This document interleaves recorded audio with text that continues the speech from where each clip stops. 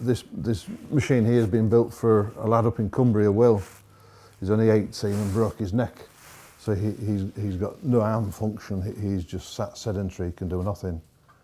But when we finish this, he'll be able to drive this with a suck and blow system and a bracket off the helmet to give a head steer. So this vehicle, when it's finished, if you can breathe and move your head an inch, you can drive this independently anywhere really. Forests, rivers, riverbanks, the beach. So somebody that can't even scratch the nose could actually, Will be driving this probably in a couple of months' time. This young lad is going to go out and have an adrenaline-filled experience when he's just sat and not even able to move or care for himself. Yet in this he can be free and be himself again. He's only 18. He's caught for it on a mountain bike. So yeah. Our record at the minute is New Zealand. I guess we'd have to go to the moon to beat that. New Zealand, Australia, Malawi, Nairobi, Switzerland, Israel, Germany, France, Ireland, Norway, somebody coming from Sweden. Andrew that's in this week's from South Africa, with somebody else from South Africa coming in. And all those people stay in Hull. It's the worst part about being in a chair, I find. It's like the psychological thing. Yeah. You never feel like you're part of the conversation, you know, because you're always looking up.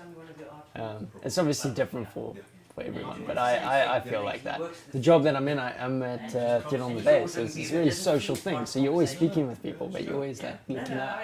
By the end of the night, it's like, oh, my neck, it's so sore. Yeah. So what was it like actually standing up?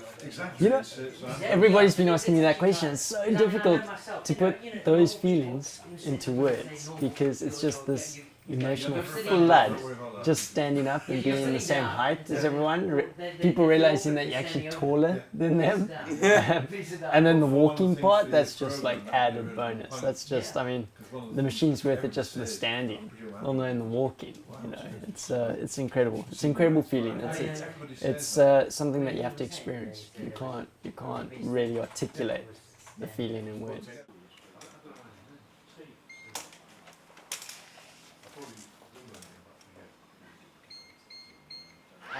I've got a fantastic fiance back home, and I want to be able to walk down the aisle with her. I don't want to wheel down the aisle, I want to walk down the aisle. So, oh my God, that's amazing. Yeah, I really want to get the seat and master to walk in it. Did you have a time frame for that? Or is it? I've got a relaxed time frame for it, February 2015. So I've got plenty of time to get ready, but time flies as well. So. But I think I'll make that date. I do. So where have you come from? Cape Town, South Africa. All the way to Hull? All the way to Hull, which I couldn't even find on a map. But your football team has made it into the Premier League, so everyone knows where it is now, which I was quite surprised because I don't watch football. So this is the second time we've been in the Premier League. Really? It is, I believe so. Do you mind if I just put this on you for a second? On me? Yeah, do you mind just for a second? Okay. Just for 1 second. Just because, you know, I wanted to just see from your point of view, really, what it's like to see that after so long. That's so exciting.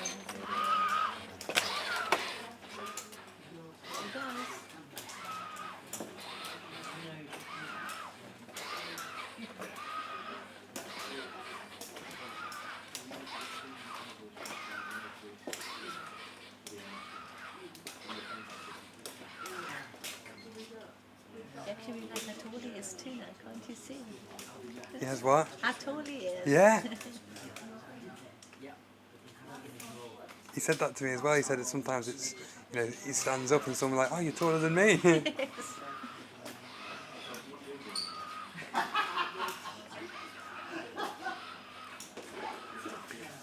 It must be quite exciting because it makes a lot of things more possible in the future as well. Absolutely, without a doubt, yes. He's going to walk down the aisle one day.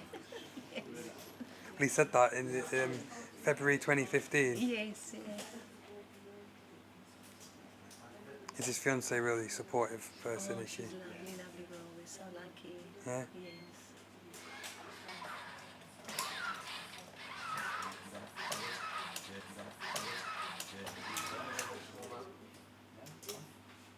He's doing well, yeah.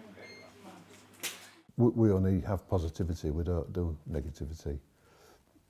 Just as a person and as a company, we encourage people to be active, inspire, empower, achieve is our, we can't convert that to Latin, we're not clever enough, but you know, there's solutions to most things in life, you know, and we look for those and bring them over in a caring, friendly way and have fun. And you know, a spinal cord injury's happened, you can't rewind the clock, you can't take a magic tablet and say I won't do it again. It's there for life, you're stuck with it. You know, get on and make the most of it, don't. But people would look at this rally car and presume, you know, this was something Colin McRae drove or anything like that, but this is my car. We drive this purely with hand control, and you can get around this side. So this is what you would call a modern Mark II Escort.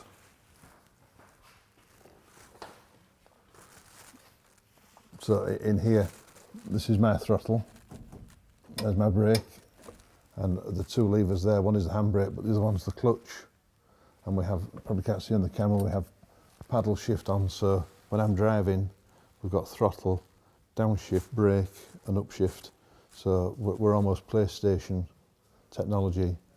And for safety and for competitiveness, I've always got the ability to be in control of the car with hands on the wheel. The car prior to this, we had to swap hands to change gear, so we've changed the sequential box and the paddle shift system on this one. And with this car, I hope to win my first rally. Yeah. Second isn't good enough, I'm afraid. Mind if I just ask you a couple of questions, mate? Is that all right? Yeah. 'Cause it seems like a pretty incredible place to work, really. Yeah, it's brilliant. It's a really exciting environment to work in. There's so much new technology coming through that people just don't know about. So it's a really good experience to be able to train people in and show them how the technology is moving forward to actually help with mobility and physiotherapy and training and function. What's your background? I've trained as a physiotherapist and have worked in sort of musculoskeletal physiotherapy, and then transferred into here about a year ago. And started to learn about spinal injury and neurological illness and how that can be helped with these different devices. Was it something that you'd always wanted to go into, work in this kind of area, or? I've always been interested in it. I'd originally thought that the only route to get into it was through the NHS, but more recently these private clinics have sort of become more prominent, so it's given me the opportunity to come and learn and work here. You, it sounds from what I've been, you're actually on the sort of the cutting edge of it. Very much so. We're the only clinic in the country that's working with the Rewalk device, and we're in a really privileged position to be using the FES bikes as well, so we're really sort of leading the forefront of technology and rehabilitation at the moment. I suppose for you personally, it's like must be a bittersweet thing, because you're constantly seeing people who've had their lives sort of shattered in one respect, yeah. But then you're helping rebuild the blocks. That's one of the things about it. It's so rewarding just to be able to help rebuild lives, as you say, that have been shattered by injury or illness. And I suppose watching the change in people, can you see the moment, because everyone talks about this moment when they stand up and... Yeah. Oh, you can just see the transformation in themselves, the sort of more psychological well-being that comes through. Most people who, when they've been in the Rewalk, they just can't stop smiling for the rest of the week. So it's just a brilliant thing to see, particularly for themselves and also for their family members, who get to see them up on their feet again after however long that they've been confined to a wheelchair. I was just speaking to Andrew. He said one of the biggest things for him was that he couldn't, he felt a bit, you know, what's the word, dehumanising a bit, being sat in the chair, always looking up at the conversations, like feeling a bit not really part of it.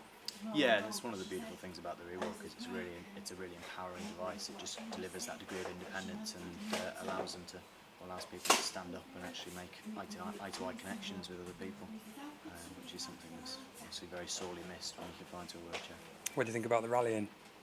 Quite an exciting thing. I'm looking forward to actually getting out there and doing a bit. It's been in principle for a little while, but we finally got it ready, so Dave and his support team is going to be going. As we do with our rehabilitation, the car has everything on it that is the best, that will allow me to compete on an even keel with people with no, I suppose you could say, a handicap really. So we intend to go kick ass and just compete in a level playing field. I love it. Yeah, and that's what Cyclone do. We get stuff that gets round. We make a gym that you can use on your own. You'd have to ask somebody to get you sat in it and help you change the weights or change how you do the butterfly. You can do everything independently. One of the arguments that one of the reasons why I wanted to make these films for this bid was because I feel that Hull needs a platform for people to actually need some eyes and ears. It needs some people to come and see it, and needs a reason for people to come and see it. And I think although Hull deserves to have it, I don't think it's the kind of city that actually is just going to wait and sit back until it's given. No, no. It actually need to You've got to stand up fight for stuff. Nothing lands on your plate. So, Hull, we're helping to put them on the map from this point, because we will achieve what we want with this, because it is genuine and it will work. It's just getting people to understand it and believe and develop it and then spread the word. And we're going to start a revolution.